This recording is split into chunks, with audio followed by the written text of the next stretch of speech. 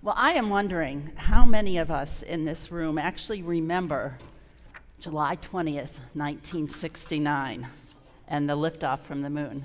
Who here remembers that? So a number of us do. You know, we pastors remarked that I am the only one of the four of us that was even alive when that happened. But I do remember it very well. It was a hot day, like most July days in Cleveland, especially when the air conditioning was still a rare commodity and there was no lake breeze. Our squad of 8 girls had just finished cheerleading practice in anticipation of the opening of the 1969 football season.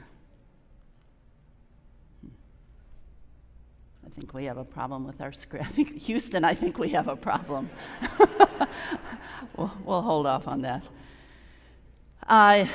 We were hot, we were sweaty, we were really tired, and we were ready to go home.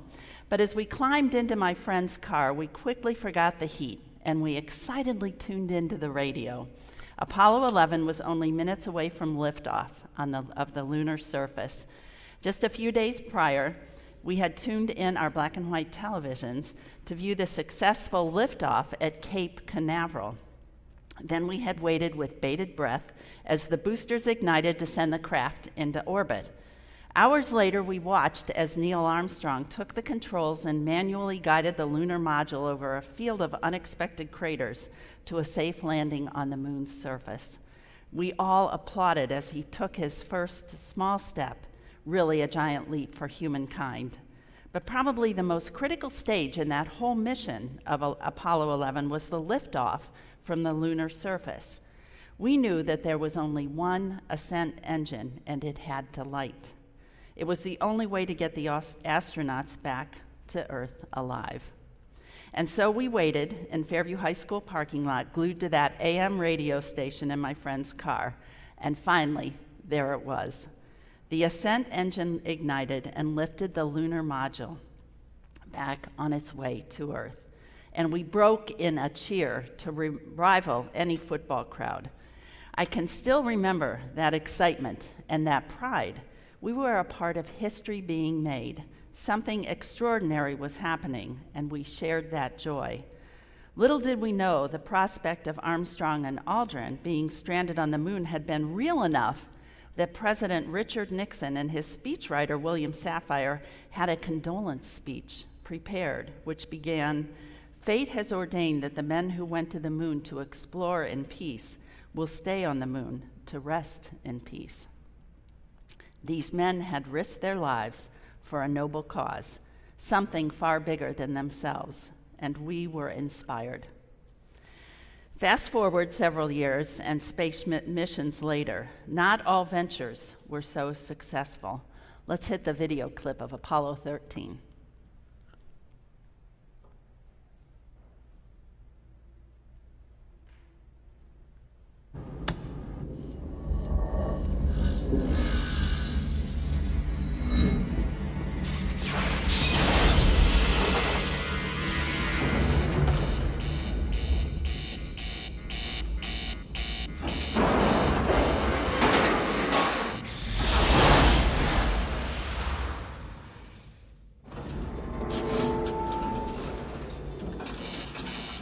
Hey, we've got a problem here.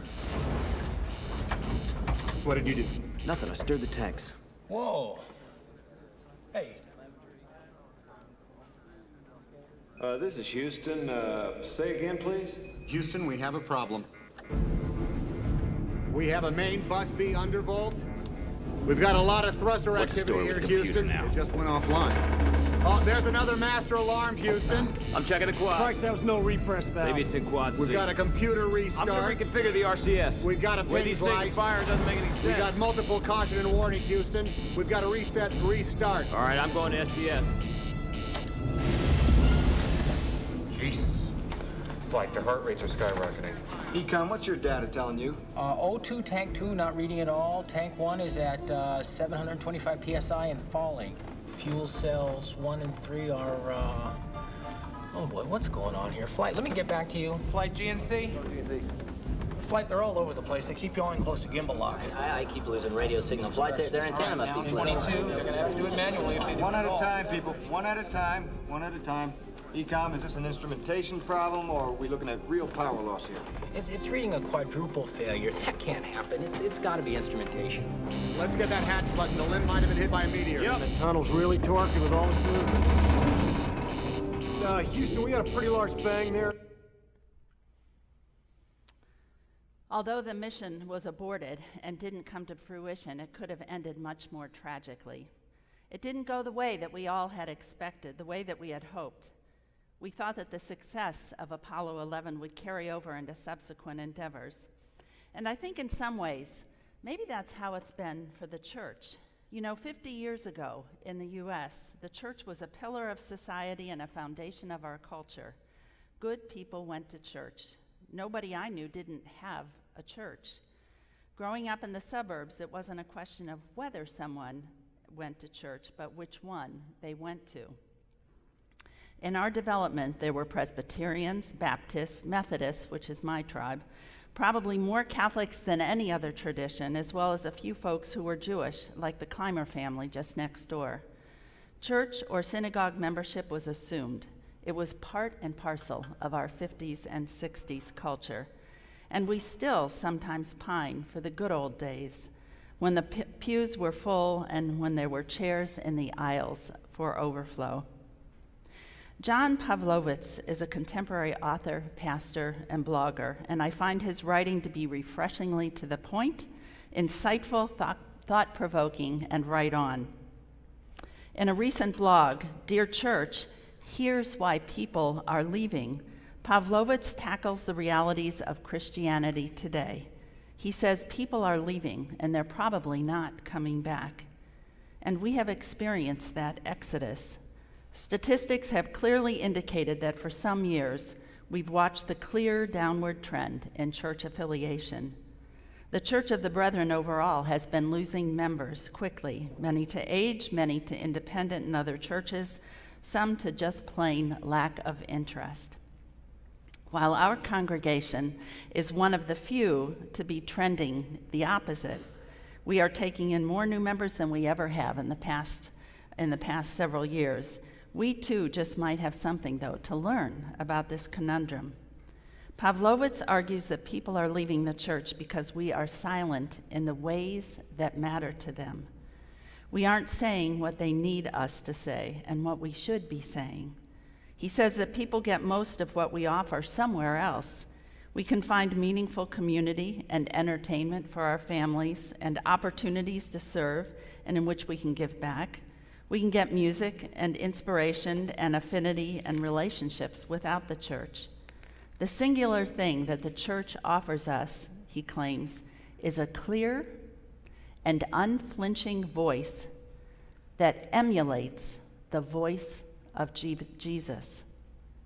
If we really want to be relevant again, he says, say everything.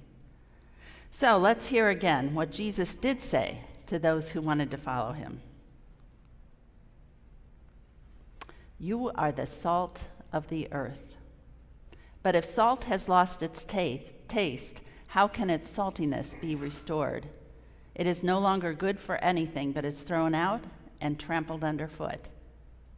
You are the light of the world. A city built on a hill cannot be hid. No one, after lighting a lamp, puts it under the bushel basket, but on the lampstand, and it gives light to all in the house. In the same way, let your light shine before others, so that they may see your good works and give glory to your Father in heaven.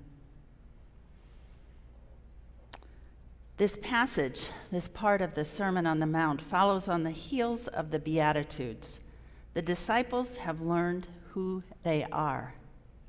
Now they need to know what difference this makes. This teaching on salt and light implies that followers of Jesus have a particular function to perform on earth. And if we fail to perform it, we might as well not exist. We are called to live out our identity as salt and light. Perhaps, as Pavlovitz states, The default setting leans toward comfort, conformity, and complacency, when what Jesus really needs from us is to be salt and light, the salt that just might sting, and the light that just might expose what we do not want to see. What if Jesus' intention was for us as disciples to imagine and live into our call as salt and light that makes the kingdom of heaven a closer possibility? Jesus encourages his followers to go into a dark and broken world. We must be willing to go where the darkness exists, to engage and walk through it, so that in time, the light and the salt can overcome it. As I see it, being called to salt and light calls to the prophet in each and every one of us, and all of us together as followers of Jesus. Joan Chittister, Benedictine nun, social activist, radical follower of Jesus, and a favorite of mine, writes, "Ours is a world scarred with violence, institutionalized fraud, rapacious human degradation, political suppression, economic slavery, and rampant narcissism at all levels. Ours is a world that waits for some wise and wild voices to lead us back to spiritual sanity."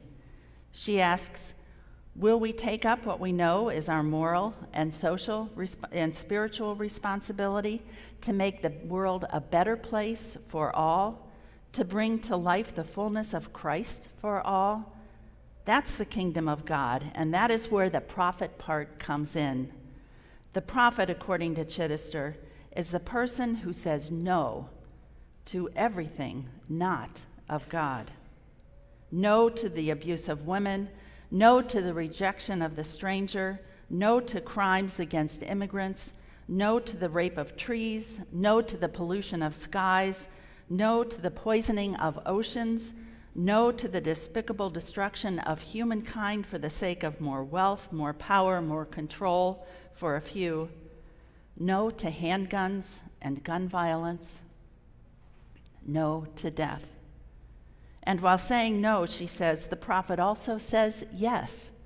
Yes to equal rights for all, yes to alleviating suffering, yes to embracing the different and the other, yes to God who made you and who made us, yes to life. We recently toured a city that has said and continues to say yes to life. Comuna 13 Medellin is a strategically located area of Colombia, South America. It provides easy entrance and exit to the city of Medellin via the Andes Mountains and served as an illegal trade route for drugs, particularly cocaine. For years, the drug kingpin Pablo Escobar was the most powerful Colombian figure of his time. Gunned down in the early 90s, his death left a big power vacuum. The bloodiest of times, an ongoing battle ensued between the government, the guerrillas, cartel groups, and the paramilitary. Following a decade of bloodshed, the government stepped in with Operation Orion in 2002. Countless people died, many innocent and many caught in the crossfire. But the government was able to establish order. Today, life in Comuna 13 Medellin is all but unrecognizable to those who remember it at its worst.